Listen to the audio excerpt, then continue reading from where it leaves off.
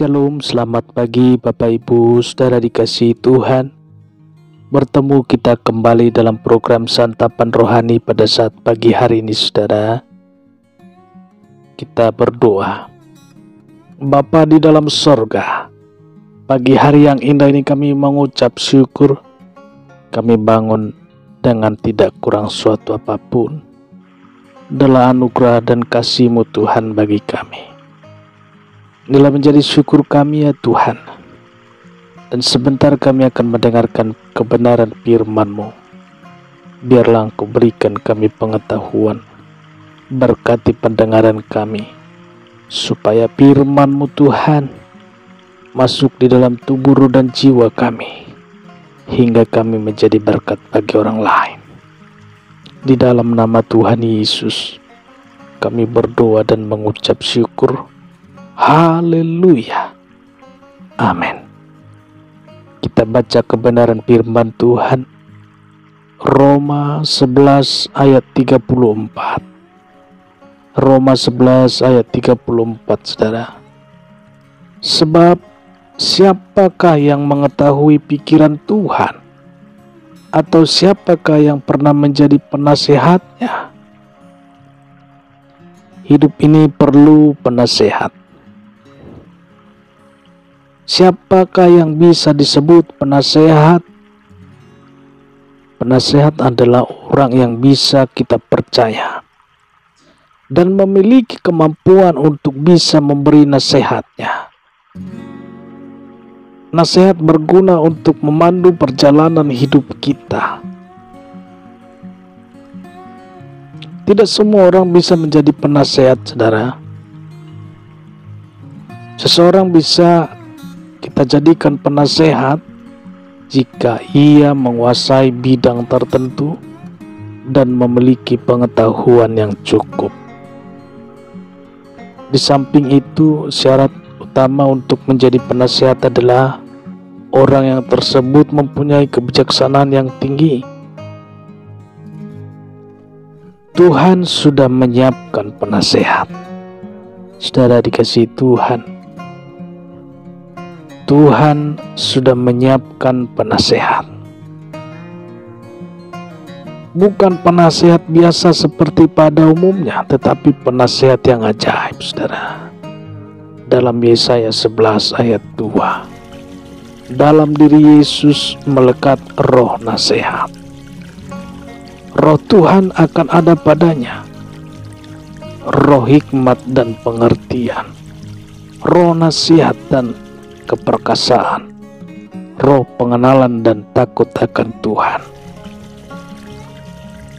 Sang Mesias memenuhi syarat sebagai penasehat karena memiliki syarat utama, memiliki roh kebijaksanaan yang berkelimpahan lebih daripada Raja Salomo.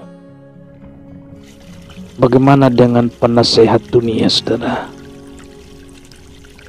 Setiap penasehat yang ada di dunia memiliki keterbatasan. Tidak ada orang yang ahli dalam segala bidang kehidupan. Oleh karena itu, setiap penasehat membutuhkan seorang penasehat yang lain. Seorang ahli nutrisi mungkin tidak membutuhkan nasihat. Bagaimana ia dapat menjadi langsing dan tetap sehat? Tapi ia pasti membutuhkan penasehat hukum jika tersandung kasus hukum. Seorang penasehat hukum pasti membutuhkan penasehat kesehatan, dokter, Saudara, pada saat ia terkena penyakit tertentu. Disinilah letak perbedaan semua penasehat yang ada di dunia dengan Yesus, Saudara. Perbedaannya adalah Yesus tidak membutuhkan nasihat dari semua manapun. Yesus tidak membutuhkan nasihat dari manusia manapun, Saudara. Roma 11 ayat 34 mencatat, sebab siapakah mengetahui pikiran Tuhan? Atau siapakah yang pernah menjadi penasehatnya? Yesus adalah penasehat ajaib. Yesus Kristus adalah ajaib. Luar biasa. Semua yang ada padanya patut kita kagumi, saudara. Yesus adalah pribadi yang ajaib. Tuhan sekaligus manusia. Hidupnya di bumi sangatlah ajaib. Ia mengubah air menjadi anggur. Ia menyembuhkan orang buta dan orang lumpuh. Ia membangkitkan Lazarus yang sudah mati 4 hari. Ia meneduhkan badai dan gelombang laut, saudara. Ia mengampuni dosa dan memberikan arti baru bagi kehidupan. Ia mengubah salib menjadi tempat di mana kasih Allah dan dosa kita bertemu. Perkataannya sangat indah dan ajaib. Yesus adalah penasehat ajaib, satu-satunya bagi manusia, saudara. Yesus adalah penasehat terbaik yang tersedia bagi saudara, karena ia adalah Tuhan sendiri, Bapa yang abadi. Ia tahu selak-beluk hingga hal-hal yang terkecil dalam kehidupan saudara. Ia memiliki seluruh kebijaksanaan dan kemungkinan untuk menuntun saudara. Karena ia pernah menjadi manusia, saudara, ia sangat mengerti perasaan kita. Lebih dari itu semua, ia sangat mengasihi saudara, mengasihi kita. Anda masih mau mencari penasehat mana lagi? Penasehat ajaib tersedia 24 jam.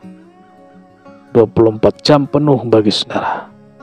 Tidak ada istirahat, hari libur atau cuti, saudara. Tidak perlu bayar alias pro. Apa yang bersifat pribadi dan rahasia bagi saudara akan aman terjaga. Anda mau minta nasihat apa saja, tidak dibatasi. Bahkan bukan hanya minta nasihat, saudara. Saudara bisa minta apa saja untuk menolong hidup saudara. Matius 7 ayat 7 berkata, mintalah maka diberikan kepadamu, carilah maka kamu akan mendapat, ketoklah maka pintu akan dibukakan bagimu. Jadikan Yesus penasehat pribadi hidup saudara. Jangan sungkan-sungkan dan ragu. Bergegaslah menghampirinya untuk mendapatkan banyak nasihat berharga bagi hidup saudara, bagi hidup kita. Puji Tuhan, demikianlah renungan pagi pada saat pagi hari ini, saudara. Kita berdoa. Terima kasih Tuhan, terima kasih Yesus. Pagi hari ini kami mengucap syukur. Kami sudah mendengarkan firman-Mu yang menjadi kekuatan baru dalam kehidupan kami. Sebentar para pendengar dalam program santapan rohani ini, Tuhan akan melaksanakan aktivitas mereka masing-masing. Berkati tutup bungkus pagarilah mereka dengan malaikat-Mu. Lindungilah setiap langkah mereka. Berikanlah kesehatan. Sembuhkan segala penyakitnya. Di dalam nama Tuhan Yesus, hamba berdoa dan mengucap syukur. Haleluya. Amin. Bapak Ibu dikasihi Tuhan, selamat beraktivitas. Terus jaga protokol kesehatan. Tetap semangat. Salam sehat, salam hebat. Bertemu kita kembali dalam program santapan rohani esok hari. Tuhan Yesus memberkati. Amin.